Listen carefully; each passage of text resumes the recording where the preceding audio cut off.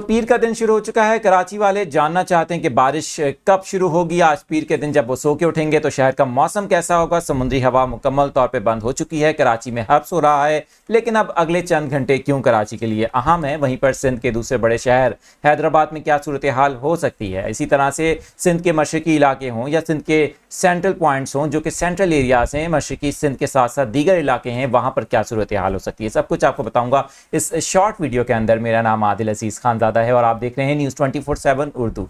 अगर इस चैनल पर पहली बार आए हैं तो इस तरह की शॉर्ट अपडेट्स के लिए इस चैनल को भी सब्सक्राइब करके बेल आइकन जरूर प्रेस कीजिएगा। शुरू करते हैं। आपको बता दूं कि सुबह 10 बजे ही सिंध के जो बहुत से मशरकी इलाके हैं वहाँ पर गरज चमक के बादल बनना शुरू हो सकते हैं, क्योंकि ये जो सिस्टम है खलीज बंगाल में बना था, जो पहले वेल मार्क लो प्रेशर बन गया, फिर वो दोबारा से LPA यानी कि लो प्रेशर की कंडीशन में आगे बढ़ रहा है। इसके असरात के बायस सिंध के मशरकी इलाकों जैसे कि नगर पार्कर, थर पार्कर, उमरकोट और आसपास के दीगर इलाकों में गरज चमक के बादल बनेंगे। आहिस्ता आहिस्ता यही सिलसिला फिर जो हैदराबाद, मीरपुर खास है, नूरियाबाद है, यहाँ तक फैल जाएगा।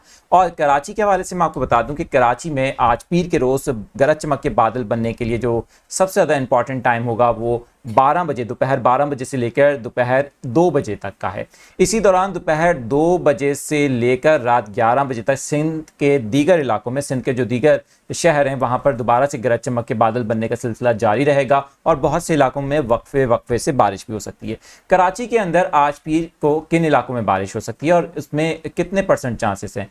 40 से 50% चांसेस हैं आज कराची में बारिश के। और शहर के जो मशरकी इलाके हैं और कुछ जो साउथ के इलाके हैं वहाँ पर, और इसके अलावा कुछ नॉर्थ ईस्ट एरिया से वहाँ पर बारिश के अच्छे इम्कानात नज़र आ रहे हैं। दोपहर 12 बजे के बाद अगर गरज चमक के बादल बनते हैं, लेकिन इन क्लस्टर की शिद्दत या फिर इनकी जो डायरेक्शन है उसके ऊपर बारिश इन्हिसार करती है। इसकी ताज़ा तरीन जो अपडेट्स होंगी वो हमारा जो मेन डेडिकेटेड चैनल है वेदर का, उसके ऊपर आपको ताज़ा वेदर अपडेट पर मुसलसल दी जाएंगी। अच्छा, मंगल के हवाले से बात कर लें तो रात 11 बजे, पीर की रात 11 बजे से लेकर मंगल का पूरा दिन जो होगा उसमें काफ़ी स्ट्रॉन्ग एक्टिविटीज़ होंगी सिंध के साहिली इलाकों में।